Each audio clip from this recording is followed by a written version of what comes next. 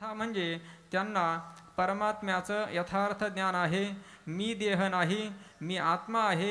परमात्म्याची ज्यांना आत्मत्वाने ओळख झालेली असते, साक्षात्कार भगवत दर्शन झालेलं असतं, निर्ग्रंथा असे झालेले, तरी पण असे जे काही ज्ञानी महात्म्य आहे त्यांनाही वेध लावण्यासाठी तो परमात्मा सगुण साकार रूपाने अवतीर्ण होत असतो. विठ्ठल विठ्ठल विठ्ठल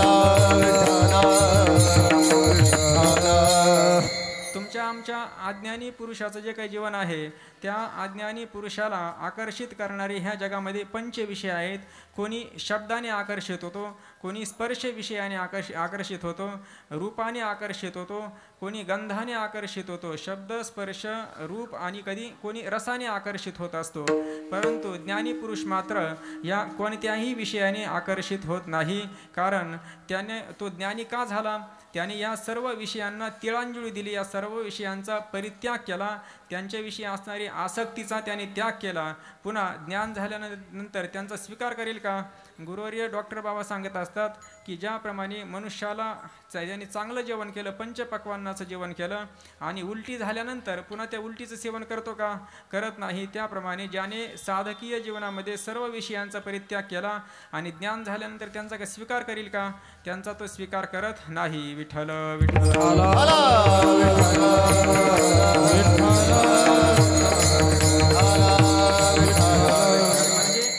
त्याचा असा निश्चय झालेला आहे, हे सर्व विषय कसे आहे?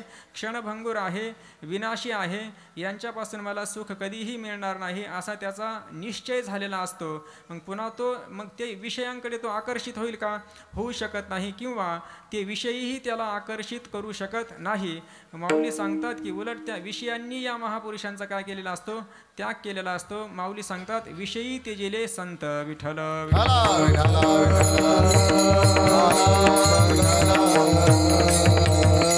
साधकीय अवस्थेमध्ये विषयांचा प्रयत्नपूर्वक त्याग करावा लागतो, आणि जेव्हा सिद्ध होतो त्यावेळेस ते विषयच त्याला सोडून जातात. रडती रात्रंदिवस काम क्रोध माया, म्हणती हाय हाय यमधर्म.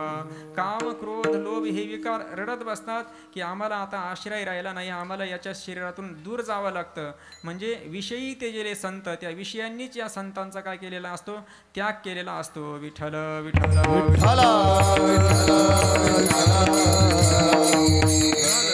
ज्या विषयांनीच त्याग केला, किंवा ज्या विषयांचं क्षणभंगुरत्व विनाशित्व, ज्यांनी अनित्यत्व मिथ्यात्व जाणलेलं आहे, अशा महापुरुषांना हे जे काही विषय आकर्षित करतील का? आकर्षित करू शकत नाही. या जगातला कोणताही पदार्थ त्यांच्या मनाला वेधून घेऊ शकत नाही, आकर्षित करू शकत नाही. कारण या संपूर्ण जे काही सौंदर्य आहे, सौंदर्याची खाणी कोण आहे? परमात्मा आहे. आणि त्या परमात्म्याकडेच यांचं चित्त आकर्षित झालेलं असतं. भगवंत सोडून इतर कुठेही त्यांचं मन आकर्षित होत नाही. सर्व संगी विठ्ठला, सर्व संगी विठ्ठला, सर्व संगी विठ्ठला, सर्व संगी विठ्ठला. तू एकला आवडसी, तू एकला आवडसी, दिल्या पायी मिठी, दिल्या पायी मिठी. तू एकला आवडसी, तू एकला आवडसी, दिल्या पायी मिठी, दिल्या पायी मिठी. सर्व संगी विटाला तू एकला आवडसी, दिली आता पायी मिठी.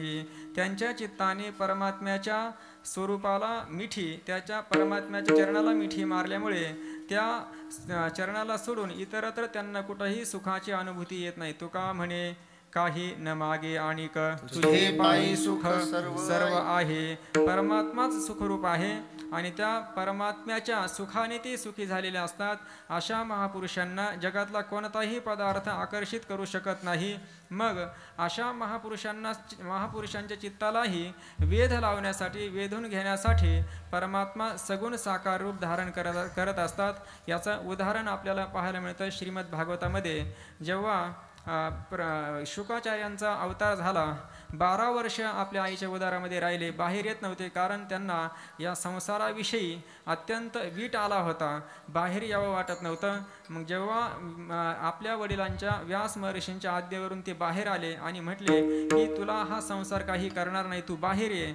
बाहेर आल्यानंतर ब्राह्मणाचे पोरे एक खेळासी भ्याले, ते नागवेची पळून गेले रे. कापत कापत बाहेर आले, ते नागवेची पळून गेले रे. ब्राह्मणाची खेळासे भ्याली 12 वर्ष ते 12 वर्षे लपाले रे. कापत कापत बाहेर आले, ते नागवेची पळून गेले रे. मग ते शुकाचार्य जेव्हा पळू लागले तेव्हा व्यास महर्षी त्यांच्या पाठीमागे लागले आणि त्यांना आवाज देऊ लागले. त्याविषयी एक श्लोक आहे श्रीमद भागवतामध्ये, यम प्रव्रजंत मनुपेत मपेत कृत्यम द्वैपायनो विरह कातर आजुहाव पुत्रेति तन्मयतया तरवोभिनेदुस् तं सर्वभूत हृदयं मुनिमानतोस्मि. यम प्रव्रजंतम म्हणजे शुकाचार्य रस्त्याने पळत आहेत, वनाच्या दिशेने त्यांची वाटचाल चालू. यम प्रव्रजंतम मनुपेत, आणखीन त्यांचा जो काही आपला यज्ञोपवीत संस्कार आहे तो सुद्धा झालेला नाही. अनुपेतम यम प्रव्रजंत मनुपेत मपेत कृत्यम द्वैपायनो विरह कातर आजुहाव. मग त्यांचे द्वैपायन अर्थात व्यास महर्षी अत्यंत विरहाने आतुर झाले आणि त्यांना आवाज देऊ लागले, हे शुका, हे शुका, असा आवाज देऊ लागले. तेव्हा त्या शुकाचार्यांचा इतका आत्मभाव व्यापक झाला होता की त्यांना त्या आईच्या उदरामध्येच ज्ञान झालं होतं. त्यामुळे बाहेर आल्यानंतर सर्वत्र परमात्माच आहेत. जेव्हा व्यास महर्षी त्यांना शुका शुका असा आवाज देऊ लागले तेव्हा त्या झाडांनी ओ दिली, कारण त्यांचा आत्मभाव व्यापक झाला होता, परिच्छिन्न नव्हता. विठ्ठल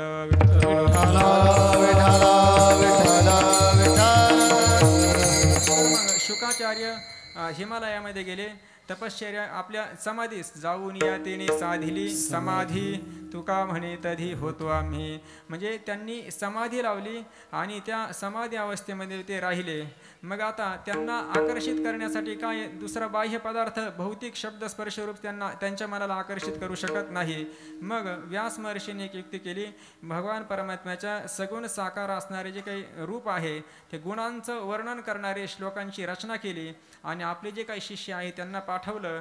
ज्या ठिकाणी शुकाचार्यांनी समाधी लावली आहे त्या ठिकाणी आपण हे श्लोक गावे असं सांगितल्यानंतर ते शिष्य गेले, श्लोक गायले आणि त्या श्लोकांचा अर्थ जेव्हा त्यांच्या त्यांच्या श्रोता कानातून मनामध्ये उतरला त्यावेळेस त्यांचं मन मात्र आकर्षित झालं. असा कोण आहे परमात्मा, अत्यंत सगुण रूपधारी, गुणाला विटेवरी पितांबरधारी सुंदर, जो अत्यंत गुणवान असा सगुण मेघश्याम लावण्य सुंदर नामया दातार केशिराज, अत्यंत गुणगण निधान असणारा जो परमात्मा आहे त्या परमात्म्याला पाहावं अशी इच्छा त्या शुकाचार्यांच्या मनामध्ये निर्माण झाली. म्हणजे पहा, सर्व भूत भौतिक असणाऱ्या पदार्थांचा त्याग केलेला आहे, परंतु अशा आत्मनिष्ठ महापुरुषाला देखील भगवान परमात्म्याच्या गुणांनी आकर्षित केलं. विठ्ठल विठ्ठल.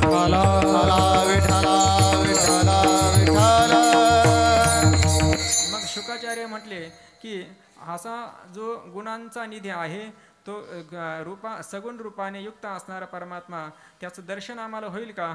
त्यावेळेस ते म्हटले की त्यासाठी आमच्या गुरूंकडे यावं लागेल, त्यांची सेवा करावी लागेल, तसं तुम्हाला या परमात्म्याचं दर्शन होणार नाही. मग तुमचे गुरु कोण आहे? आता यांचे वडीलच होते. मग पुन्हा त्यांनी आपल्या वडिलांचं अनुसरण केलं आणि व्यास महर्षींनी त्यांना सांगितलं की एक श्लोक लिहिला की तुम्हाला जो काही मी समाधीमग्न आहे किंवा मी स्वतःला जो अहंकार आहे त्या अहंकाराचा सुद्धा आपण त्याग करावा. शुकाचार्यांना अहंकार झाला होता आणि त्या अहंकाराचाही त्याग करण्यासाठी व्यास महर्षींनी त्यांना उपदेश केला. त्यासाठी जनक राजाकडे त्यांना पाठवलं. विठ्ठल विठ्ठल.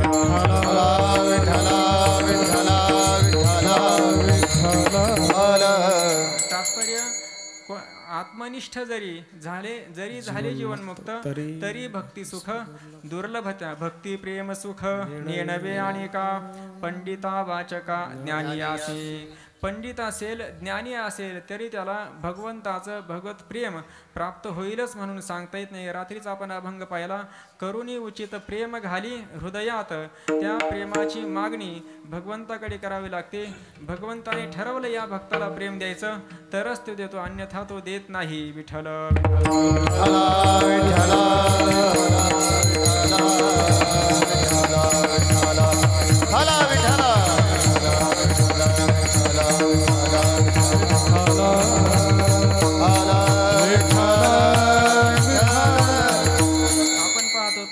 परमात्मा निर्गुण निराकार आहे, सगुण साकार का होतो याचं कारण आपण पाहिलं श्रीमद भागवताच्या आश्रयाने की तो परमात्मा ज्ञानी महापुरुषांच्या चित्तालाही आकर्षित करण्यासाठी सगुण साकार रूप धारण करत असतो.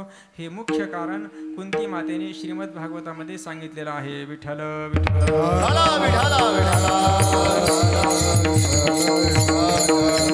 जसा भगवान परमात्मा अवतीर्ण होतो तसे संत महात्मे देखील या भूतलावर अवतीर्ण होत असतात. जसे आपले मथुरा प्रसादजी बाबा आहे, यांना मी काही पाहिलं नाही, परंतु आपल्या डोंगरामध्ये राहायचे हे आणि अत्यंत असे असो ऐसा कोठे आठवचे नाही, देहीच विदेही भोगोदशा, विदेह अवस्थेमध्ये ते राहत असत.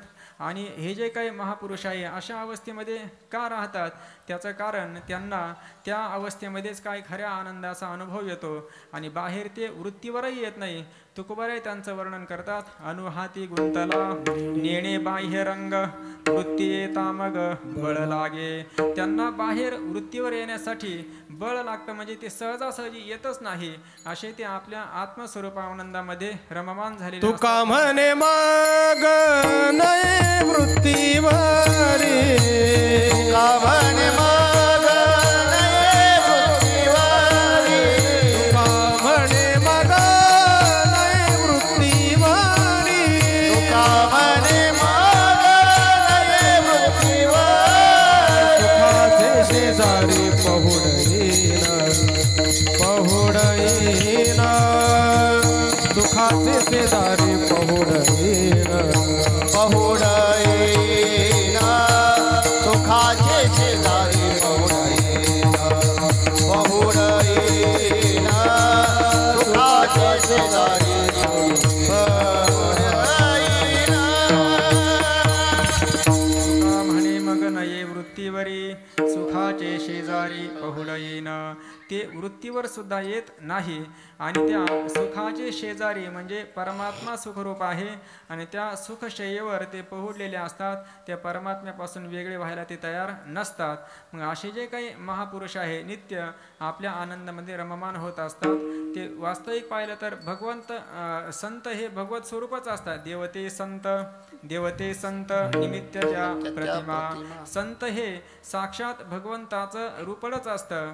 मग ते संतही का अवतीर्ण होतात, भगवान संत रूपाने अवतार का घेतो याचं कारण हे जे काही तुम्ही आम्ही अज्ञानी जन आहे त्या अज्ञानी पुरुषांना ज्ञान व्हावं, परमात्म दिशेने यांची वाटचाल व्हावी, यांचं कल्याण व्हावं आणि त्यासाठी संतांचीच आवश्यकता आहे. भगवान परमात्मा जरी अवतीर्ण होत असला परंतु तो मात्र काय करतो, मारून मुक्त करतो आणि संत मात्र मारून मुक्त करत नाही. त्याची जे काही जे खळांची व्यंकटी सांडो, तया सत्कर्मी रती वाढो, भूता परस्परे पडो मैत्र जीवांचे. अवतार तुम्हा धराया कारण, अवतार तुम्हा धराया कारण, अवतार तुम्हा धराया कारण, अवतार तुम्हा धराया कारण. उद्धराया जन जड जीव, उद्धराया जन जड जीव, उद्धराया जन जड जीवा, उद्धराया जन जड जीवा. अवतार तुम्हा धराया कारण, अवतार तुम्हा धराया कारण, अवतार तुम्हा धराया कारण, अवतार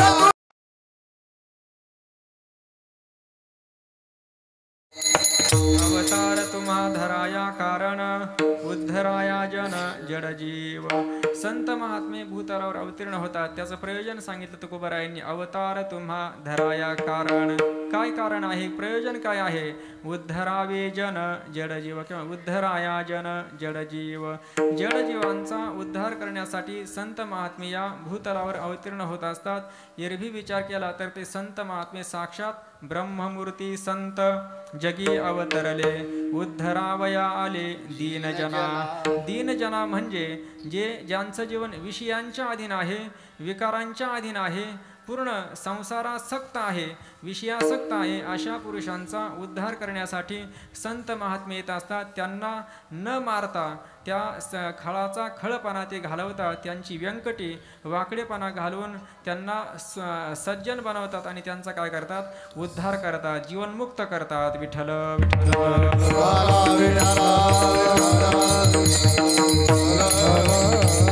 त्याप्रमाणे आपल्या या परिसरामध्ये मथुरा प्रसादजी महाराज हे अवतार धारण करून आपल्या या परिसराला त्यांनी पावन केलेलं आहे. आणि केवळ त्यांचा देह विग्रह होता तोपर्यंत त्यांनी पावन केलं असं नाही. आता मंदिराच्या रूपाने या ठिकाणी साक्षात त्यांचा विग्रह इथं अवतीर्ण झालेला आहे, प्रगट झालेला आहे. इथून पुढे ते आपलं रक्षण करत राहतील. विठ्ठल विठ्ठल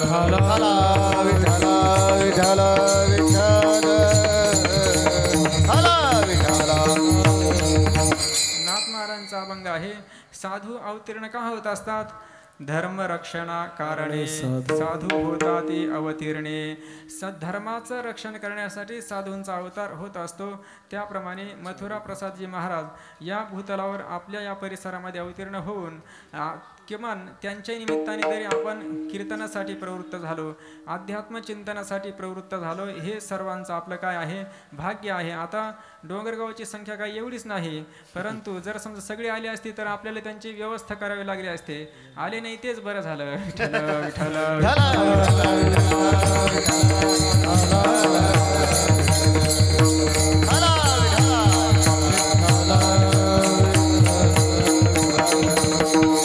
संतांचा अवतार होतो कशासाठी? धर्माचं रक्षण करण्यासाठीच होतो.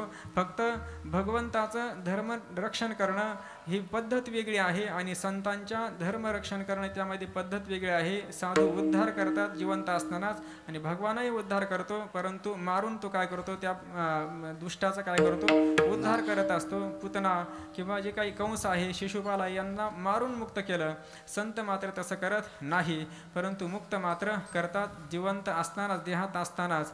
मग आता हे जे काही संत महात्मे या भूतलावर अवतीर्ण होतात, मग अवतीर्ण होतात या संत महात्म्यांनी काय केलेलं आहे की त्यांनी एक इमारत बांधलेली आहे. विठ्ठल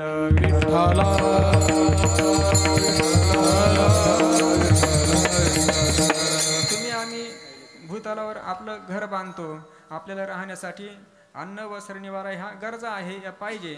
आपणही घर बांधतो, इमारत बांधतो आणि संतही इमारत बांधतात. परंतु संतांनी मात्र ही जी काही दगडा माती विटाची इमारत बांधली नाही.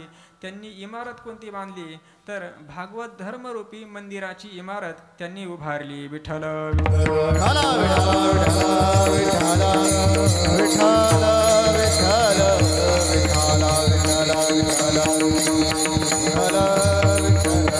कारण हा भागवत धर्मरूपी मंदिर त्यांनी का उभारलं याचं कारण, जो भागवत शब्दाचा अर्थ आहे भगवंताचे जे आहे त्यांना भागवत असं म्हणतात. भगवंताचे जे भक्त आहे त्यांना काय म्हणतात, भागवत म्हणतात. मग हा भागवत धर्मरूपी मंदिर बांधलं आणि ही जे काही मंदिर बांधलं हे कोणी बांधलं, संतांनी बांधलं. हा जो काही सेवेसाठी घेतलेला अभंग आहे तुकोबरायांच्या शिष्या बहिणाबाई आहे त्यांचा अभंग आहे. आणि त्या बहिणाबाई महाराज म्हणतात की माझ्या जीवनामध्ये संतांची कृपा झाली आणि ही जी काही जीवनरूपी जी काही इमारत आहे ती भाग्याला किंवा ती फलोन्मुख झाली. अर्थात या जीवनरूपी इमारतीमध्ये आता मला दुःखते कैचे नाही स्वप्नासी अशा प्रकारची अवस्था झालेली आहे. हेच अभंगाच्या संत कृपा झाली, संत कृपा झाली, संत कृपा झाली, संत कृपा झाली, संत कृपा झाली, संत कृपा झाली, संत कृपा झाली, संत कृपा झाली, संत कृपा झाली, संत कृपा झाली, संत कृपा झाली, संत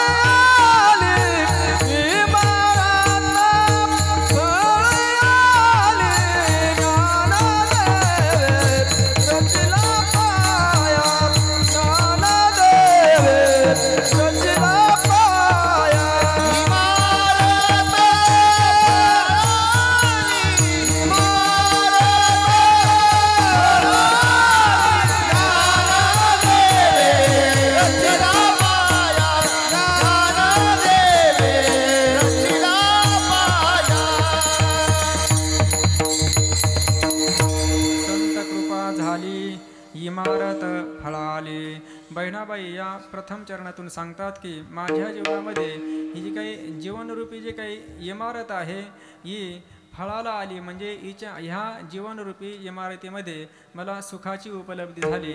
त्याचं कारण हे जे काही संपूर्ण संसारामध्ये जे लोक विषयापासून सुख मिळवतात तसं मला मात्र झालं नाही. ही जीवनरूपी इमारत संसारात केल्याने सुखरूप होत नाही, तर परमार्थ केल्याने परमार्थामध्ये भगवंताची किंवा संतांची कृपा झाली तरच ही जीवनरूपी इमारत खऱ्या अर्थाने फलीभूत होते, सफल होते, सार्थक होते. विठ्ठल विठ्ठल विठ्ठल विठ्ठल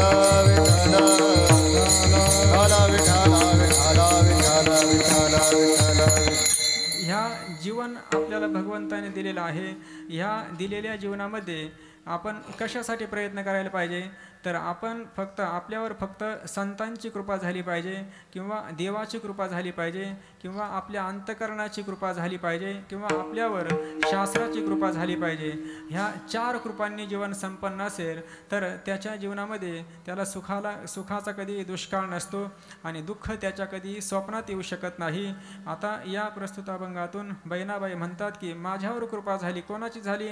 संत कृपा झाली, संतांची कृपा झाली आणि त्या जीवनरूपी माझी की इमारत फळाला झाली. म्हणजे माझ्या जीवनामध्ये आता मला सुखच सुख आहे, सुखाची रेलचेल आहे माझ्या जीवनामध्ये. विठ्ठल विठ्ठल विठ्ठल विठ्ठल विठ्ठल विठ्ठल.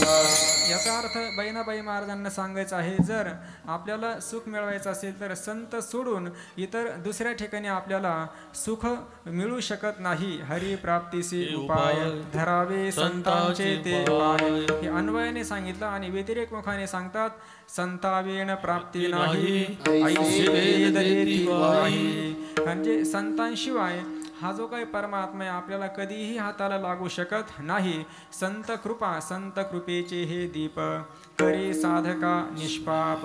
म्हणजे संतांची कृपा ही अत्यंत महत्वाची आहे. विठ्ठल विठ्ठल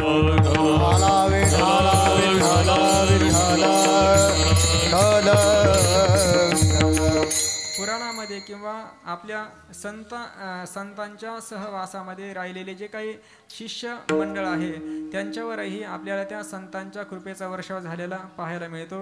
भगवत पूज्यपाद शंकराचार्य महाराज आहे, त्यांच्या जे काही 4 शिष्य होते त्यापैकी त्रोटकाचार्यांवर त्यांनी कृपा केली. भगवत पूज्यपाद शंकराचार्य वेदांताचे अद्वैत वेदांताचे पाठ शिकवत असत आणि ते पाठ घेताना त्यांचा जो काही एक त्रोटकाचार्य नावाचे शिष्य होते, त्यांचे मुख्य 4 शिष्य होते. पद्मपादाचार्य, हस्तामलकाचार्य, त्रोटकाचार्य आणि आणखीन एक आहे. तर ते 4 मुख्य शिष्य होते. त्यामध्ये त्रोटकाचार्य नावाचे सुरेश्वराचार्य. तर हे जे काही त्रोटकाचार्य होते बुद्धीने थोडेसे मंद होते, त्यांना लवकर विषय लक्ष देत नसायचा. मग हे 3 शिष्य बसले होते आणि ते त्रोटकाचार्य आचार्यांच्या छाट्या वगैरेचे वस्त्र धुण्याचं काम करत असत. मग आता पाठ करण्याची वेळ आली आणि ते इतर शिष्य म्हणू लागले की वेळ झालेली, पाठ सुरू करा. मग आचार्य म्हटले की अजून त्रोटक आला नाही, तो आल्याशिवाय पाठ सुरू होणार नाही. मग ते म्हटले की त्याला नाहीतरी काही कळत नाही, आपण पाठ सुरू करायला काय हरकत नाही. मग आचार्य म्हटले की तसं चालणार नाही, तो आल्याशिवाय पाठ सुरू होणार नाही. मग आचार्यांनी पाठ सुरू केला नाही. जेव्हा त्रोटकाचार्य आले आणि आचार्यांनी म्हटलं की त्रोटक आता आज तू पाठ सांगायचा. मग आचार्य त्या आसनावरून उठले, आपल्या आसनावर त्या आपल्या शिष्याला बसवलं आणि त्याच्या मुखातून तो पाठ वदवून घेतला. म्हणजे किती संतांची कृपा झाल्यानंतर काहीही होऊ शकतं. किंवा ज्ञानोबरायांचं उदाहरण पाहिलं, ज्ञानोबरायांनी रेड्याच्या मस्तकावर हात ठेवला आणि त्याच्याकडून काय वेद वदवून घेतले. विठ्ठल विठ्ठल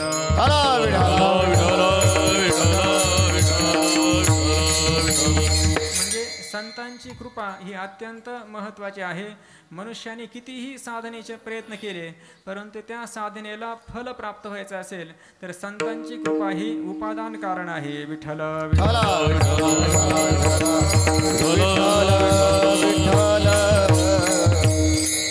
उपादान कारण हा शब्द आपण नवीनच ऐकला असेल परंतु अवघड मात्र काय नाही. तुम्हाला एक उदाहरण सांगतो. आपण घट माहिती आहे, आपल्याला घट माहिती आहे ना. घट म्हणजे गाडगं. ते कशापासून बनतं? मातीपासून बनतं. पुन्हा त्या घट बनवण्यासाठी कोण बनवतो? तो कुंभार बनवतो. किंवा ते घट बनवण्यासाठी चाक लागतं किंवा दंड लागतो, त्या दंडाने चाक फिरवावं लागतं, मातीचा गोळा करावा लागतो, नंतर त्या चाकावर ठेवतो आणि गोल फिरायला लागले की तो काय त्या मातीला आकार देतो आणि घट निर्माण होतो. मग आता हा जो काही घट निर्माण झाला, गाडगं बनवलं, मग हे जे काही गाडगं आहे त्याला कारण कोण कोण आहे? कुलाला आहे, कुंभार आहे की नाही? कुंभाराशिवाय घट झाला का? नाही, कुंभार कारण आहे. पुन्हा ते चाक आहे की नाही कारण? ते पण आहे. पुन्हा तो दंड आहे चाक फिरवण्यासाठी, ते सुद्धा कारण आहे. गाढव कारण नाही का? कारण गाढवावर त्यांनी माती आणली म्हणजे गाढव सुद्धा कारण आहे. किंवा त्याची पत्नी आहे त्यालाही ती मदत करते माती आणण्यासाठी, ती सुद्धा त्याला कारण आहे. पण जरी हे आणि माती कारण नाही का? जर सर्व आहे आणि माती नसेल तर घट होईल का? होणार नाही. याचा अर्थ जरी कारण असले पण माती हे वेगळं कारण आहे आणि कुंभार हे वेगळं कारण आहे. विठ्ठल विठ्ठल विठ्ठल विठ्ठल विठ्ठल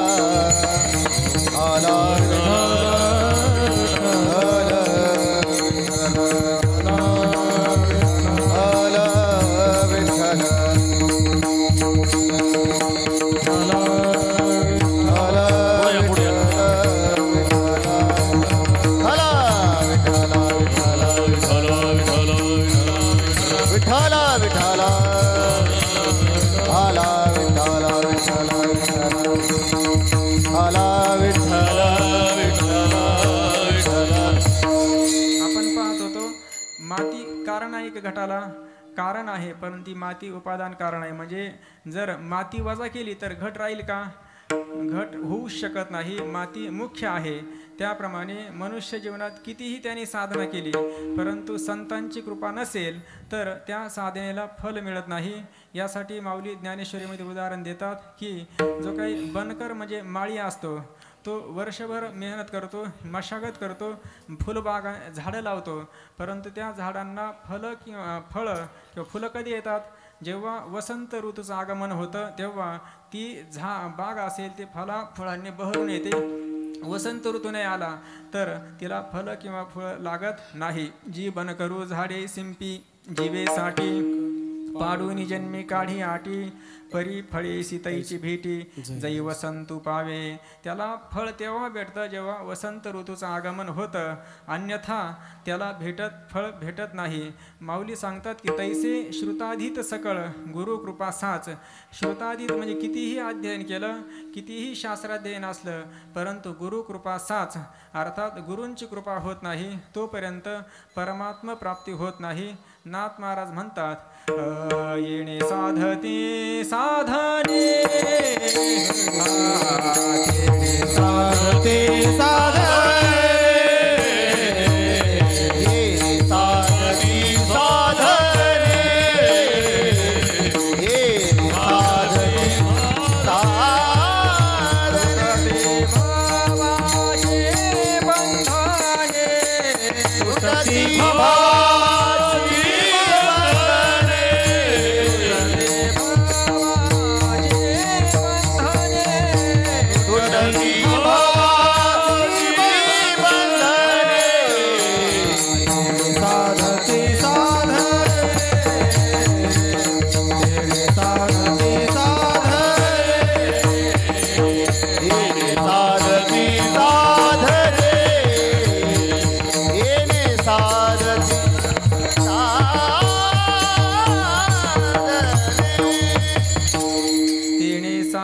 साधने तुटती भवाची बंधने. नाथ महाराज म्हणतात तेणे म्हणजे संतांची कृपा झाली असता साधने साधती.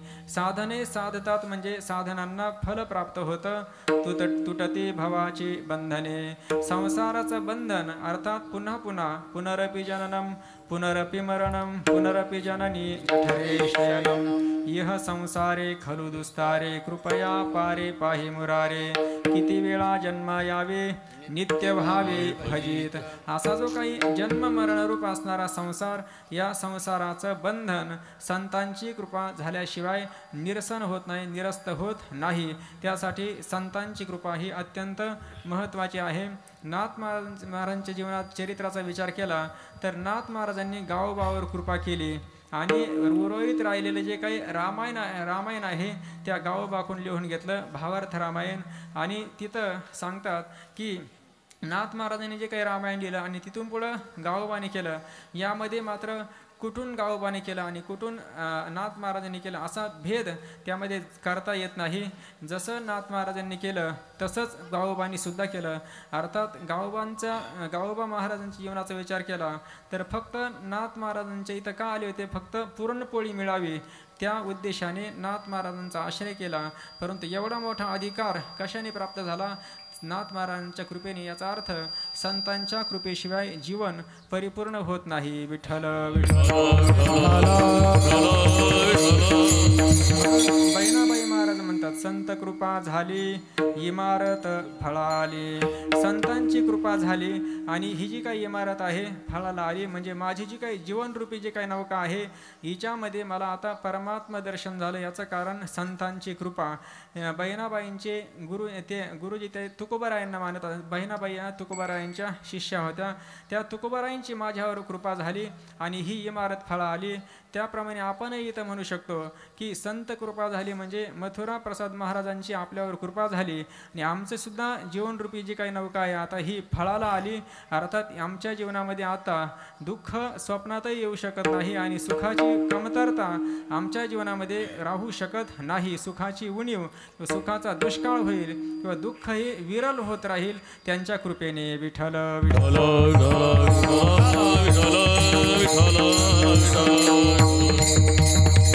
मग आता ही जी काही इमारत आहे, पहिल्यांदा आपण पाहिलं की भागवत धर्मरूपी मंदिर या संतांनी उभारलेलं आहे. मंदिर म्हटलं, इमारत म्हटलं की तिला खाली काय असतो? पाया असतो. मग पायाची रचना कोणी केली? पायाच्या ठिकाणी कोण आहे? संत ज्ञानोबराय आहेत. हे अभंगाच्या ज्ञानदेवे रचिला पाया,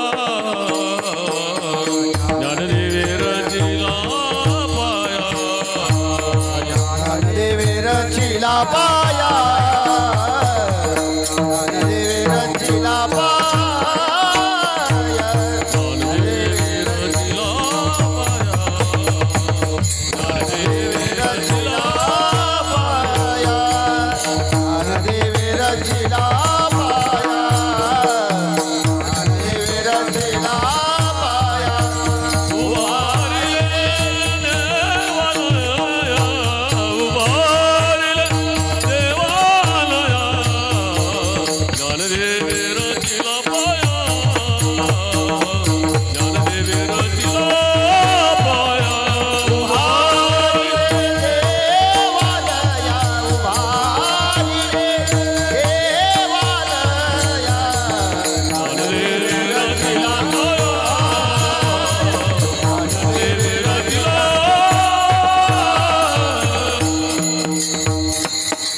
ज्ञानदेवे रचिला पाया, उभारिले देवालया. बहिणाबाई महाराज द्वितीय चरणातून सांगतात, ज्ञानदेवे अर्थात ज्ञानेश्वर महाराजांनी ह्या भागवत धर्म मंदिराचा काय केलाय? पाया आहे. अर्थात ज्ञानोबराय पायाच्या स्थानी आहेत. पायाचा दगड ज्याप्रमाणे दिसत नाही परंतु संपूर्ण मंदिर असेल, इमारत असेल, तिला काय तो आधार असतो, त्याच्याशिवाय ती इमारत राहू शकत नाही. त्याप्रमाणे भागवत धर्मरूपी मंदिर आतापर्यंत टिकून याचं कारण काय आहे? पायाच्या स्थानी ज्ञानोबराय आहे. याचा अर्थ ज्ञानेश्वर महाराज पायाच्या ठिकाणी आहे. जसं भागवत धर्म मंदिराचे पाया म्हणजे ज्ञानोबराय आहे, त्याप्रमाणे आपल्याही जीवनामध्ये आपलं जे काही जीवन आहे चांगलं व्यवस्थितपणे सुरळीतपणे किंवा परमात्मा दिशेने त्याची वाटचाल जर निश्चित रूपाने फलपर्यवसायी या दृष्टीने व्हायची असेल तर आपल्याही जीवनामध्ये ज्ञान हे अत्यंत महत्त्वाचं आहे. ज्ञानाशिवाय आपली जी काही जीवनरूपी इमारत आहे ही स्थिर राहू शकत नाही. तिला ज्ञानाचं अधिष्ठान पाहिजे. विठ्ठल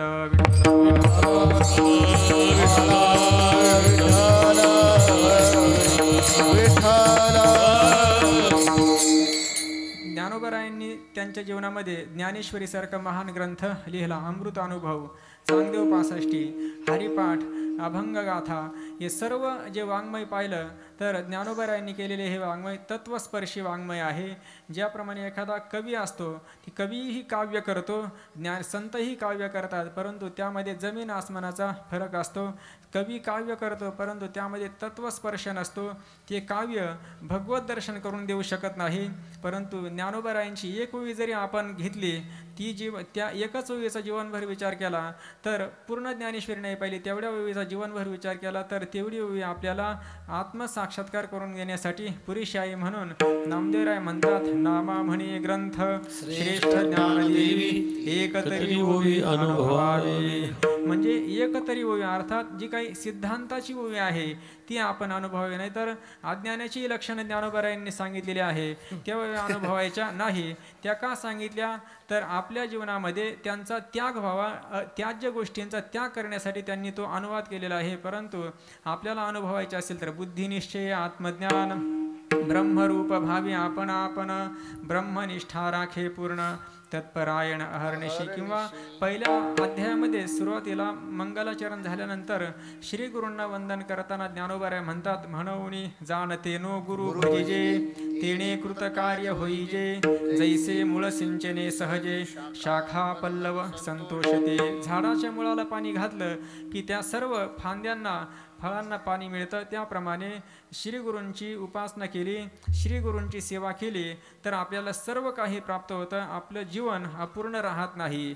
ज्ञानोबराय म्हणतात की आपल्याला जेवढे काही दैव असेल ते कोणतंही आपलं दैव उदयाला यावं असं वाटत असेल तर आपण संतांची श्री गुरूंची सेवा करावी. आघविया दैवा जन्मभूमी हे सेवा जे ब्रह्म करी जीवा शोच्यातेही. आघविया दैवा, दैव म्हणजे जे काही भाग्य आहे त्या भाग्याचा उदय व्हावा आपल्या जीवनात असं वाटत असेल तर श्री गुरूंची किंवा संतांची सेवा आपल्याकडून घडावी. आणि आपलं दैव आपलं उदयाला आलेलंच आहेत असं म्हणायला काही हरकत नाही, कारण आपल्या जीवनामध्ये मथुरा प्रसाद महाराज हे साक्षात महानुभवी असे संत होते आणि त्यांची सेवा मंदिराच्या रूपाने किंवा आता इथून पुढे त्यांची सेवा नित्य सुरू राहणार आहे पूजेच्या रूपाने किंवा त्यांचं दर्शनाच्या रूपानेही ही नित्य त्यांची सेवा चालू राहणार आहे. अर्थात आपलं जीवन जे आहे व्यवस्थितपणे पार पडू शकतं किंवा आपल्या जीवनामध्ये दुःख येऊ शकत नाही आणि सुख कधी कमी पडू शकत नाही त्यांच्या कृपेने. विठ्ठल विठ्ठल विठ्ठल विठ्ठल विठ्ठल. बहिणाबाई महाराज म्हणतात, ज्ञानदेवे रचिला पाया उभारिले देवालया. ज्ञानोबरायांनी पायाच्या ठिकाणी आहे पायाची रचना आणि त्यानंतर हे जे काही भागवत धर्मरूपी मंदिर आहे त्याची उभारणी झाली, ते मंदिर उभारलं. मग आता पुन्हा पायाच्या ठिकाणी ज्ञानेश्वर महाराज आहे आणि ह्या मंदिराचा विस्तार कोणी केला? नामातयाचा किंकर तेने केला हा विस्तार. किंवा दुसरा पाठ बाई तेने रचिले ते आवार. नामातयाचा किंकर म्हणजे नामदेवराय हे किंकर म्हणजे सेवक आहे. त्या भागवत धर्मरूपी मंदिराच्या उभारणीसाठी सिंहाचा वाटा नामदेवरायांचा आहे. नामातयाचा किंकर तेने केला हा विस्तार. या भागवत धर्मरूपी मंदिराचा विस्तार त्यांनी केला किंवा तेने रचिलेले आवार. आवार म्हणजे मंदिराच्या बाजूचं भोवतालचं जे काही आवार आहे पटांगण त्याला आवार म्हटलं जातं. त्या आवाराची रचना कोणी केली? भक्त शिरोमणी नामदेवरायांनी केली. ते आवार काय करतं? मंदिराचं रक्षण करत असतं. त्याप्रमाणे या भागवत धर्मरूपी मंदिराचं रक्षण नामदेवरायांनी केलं. नामाच्या माध्यमातून नामदेवरायांनी आपल्या जीवनामध्ये परमात्म्याच्या नाम साधना सोडून इतर दुसरी कोणती साधना केली नाही. विठ्ठल विठ्ठल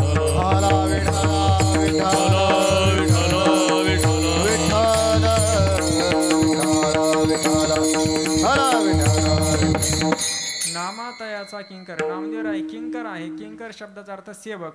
किंकर या शब्दामध्ये अर्थ आहे नेहमी म्हणजे स्वतःकडे तो अहंकार धारण करत नाही. म्हणजे किम करोमी इति किंकरः म्हणजे नेहमी आपल्या श्री गुरूंसमोर नम्रता लीन होऊन राहतो. मी काय करू, मला फक्त आज्ञा करा, त्या आज्ञेचं पालन करणं हे माझं काम आहे अशी ज्याची अंतःकरणाची